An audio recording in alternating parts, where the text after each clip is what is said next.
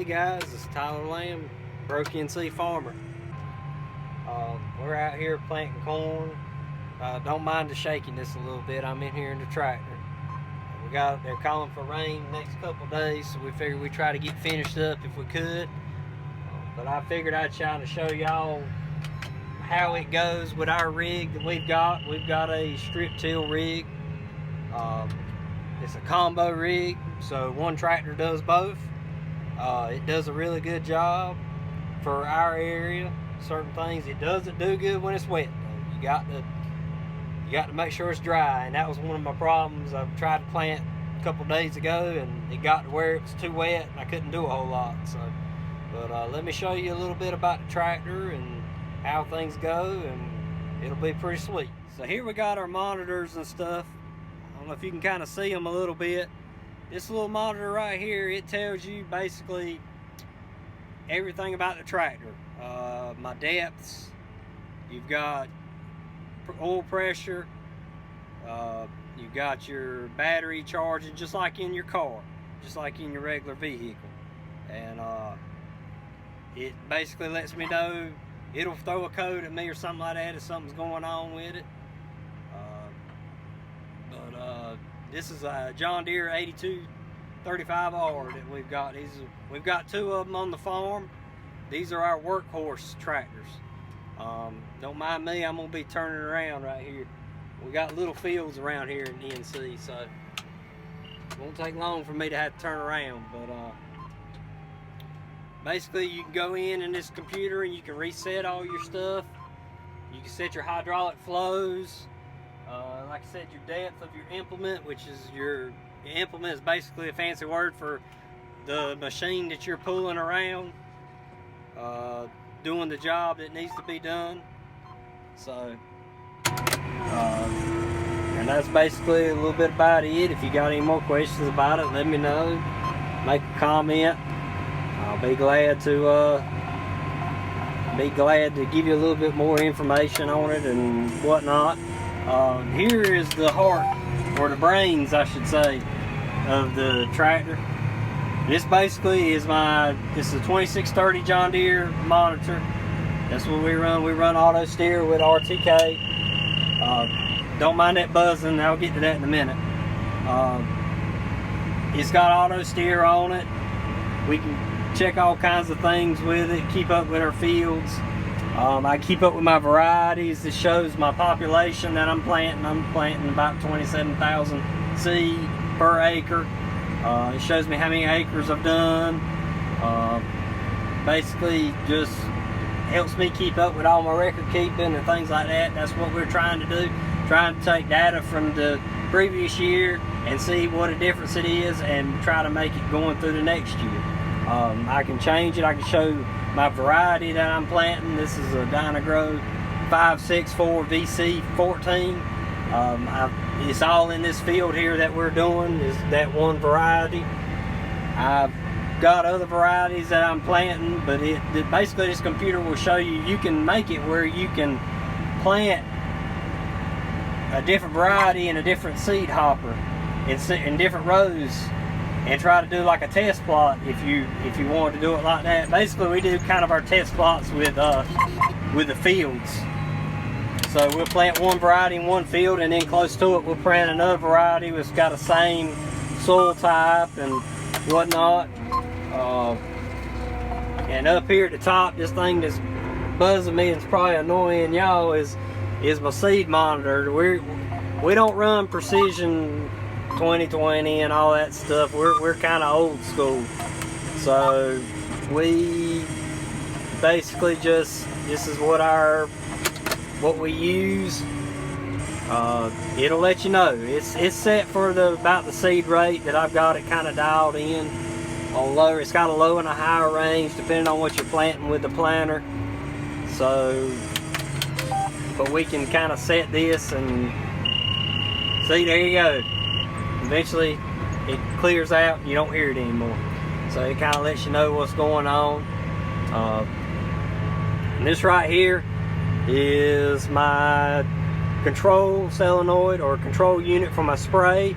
We're spraying a herbicide mix out basically to kill the weeds that are out there and to keep some weeds from coming back, just long enough for the seed to kind of germinate and get above it, because we're trying to get that canopy. You want to have a good canopy that shades out other weeds and things like that, but it needs a little bit of help at the start. Some people use it and run a fertilizer mix. They'll run a 2x2 or something like that. We really don't do that. We're set up to do it, but we just haven't done it. I'd like to probably maybe try to do it in the next year or so, try to get it back set up when we keep planting corn. But now let's get to the nature of the beast.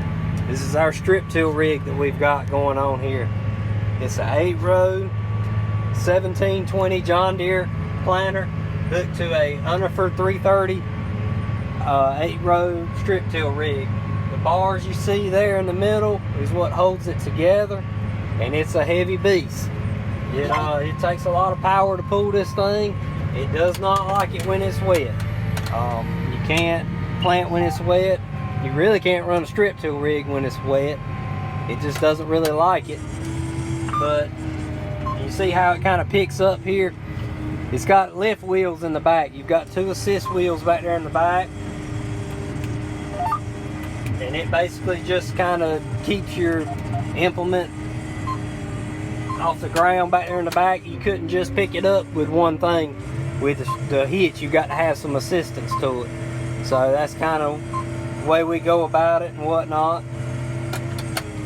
But I apologize, y'all. I'm sorry that the camera's so shaky. I'm trying to get back set up here and show you a little bit. We've got nozzles on the back that are spraying. We are planting on 38-inch rows.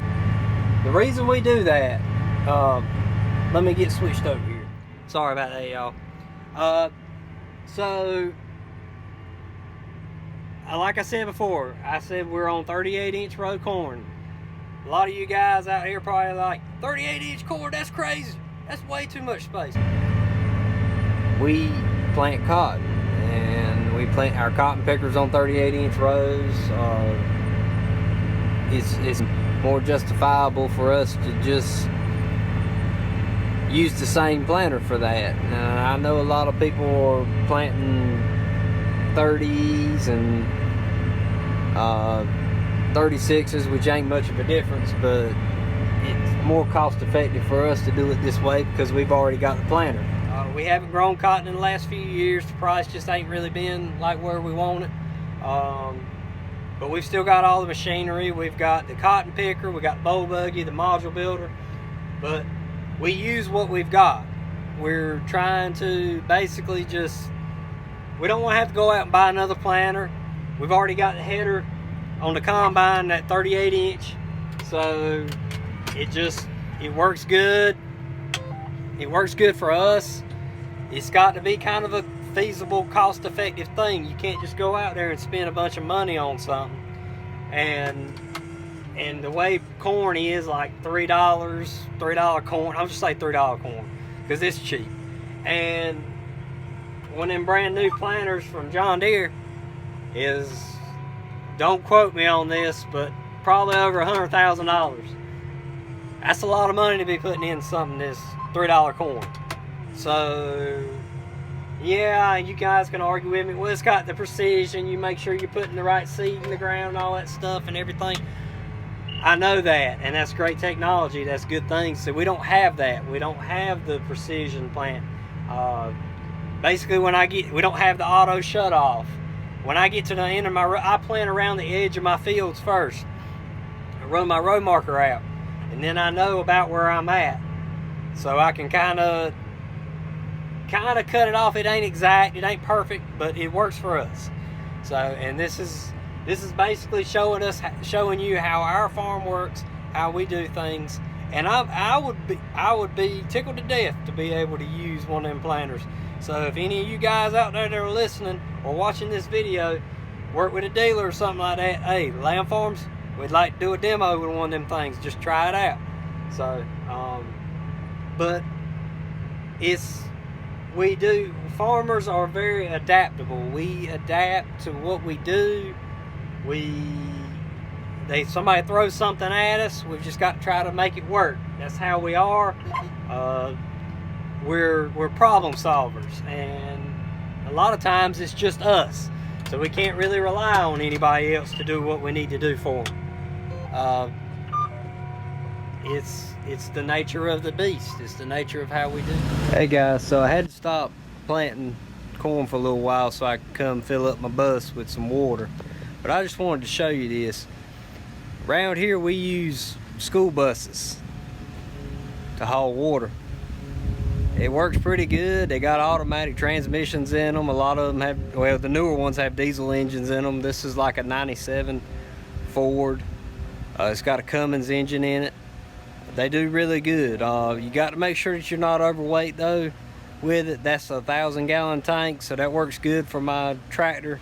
And now if I had to run a big sprayer or something like that, probably wouldn't advise it. But I just wanted to show you this. I thought it was pretty neat. It's something that we've done, and we basically, a lot of people around here digging potatoes and stuff, we use these school buses and we put the boxes on the back of them, and I'll show it to you in a later video when we start digging. But you basically they're basically like a flatbed, a cheap flatbed. This right here, this bus didn't cost very much. I can go ahead and tell you, if you went and bought a truck or a tandem axle truck or something like that with it, that was gonna be pretty expensive. So, and we've got 3 of these little beauties at the shop, and we got some other ones that we do use to haul water and things like that, but they make great trucks, just to give some ideas out there. Hey guys, so we're back at it. Still trying to finish. They're calling, like I said, calling for rain for the next couple of days, so we're just trying to push it just as hard as we can go. You can see the planter back here. It's doing a fine job. The soil here is, I was a little worried. I thought it was gonna be a little wet.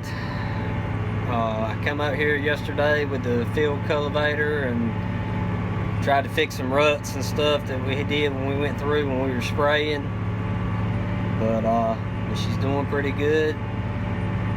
She's got good seed soil contact, and pretty proud of it. So maybe we'll make a little bit of corn. So I keep mentioning about it being wet, the soil being wet, and I failed to mention that I figured I'd go ahead and clear the air a little bit with that. When the soil is too wet, basically there's too much moisture in it. That makes sense. But if it's a heavier soil, if it's a darker soil like what's here, where we're at, where we plant a lot of our corn at, it'll stick to the gauge wheels, and the gauge wheels on the planter basically control how deep the seed goes into the soil. From that, you'll have soil stick on them. It won't put them at the right depth. It'll put them, a lot of times it'll put them on top of the soil, and you want them to be in there. Like I said, you want them to have good soil to seed contact. You basically, and you got to make sure that the planter will go through it. It'll go through it at a certain speed. And you won't be able to put them as even, as uniform as possible. So if you guys have a little bit of a question, I'm gonna get back to planting some more of this corn. Maybe we can try to beat the rain. Don't forget to pound that like button and subscribe to my channel. And the more y'all subscribe, the more you like, the more videos I'll put out. So, hey, it's all for you guys. I'm just a voice. So, this is Brokey and C Farmer signing off. Hope you enjoy the video.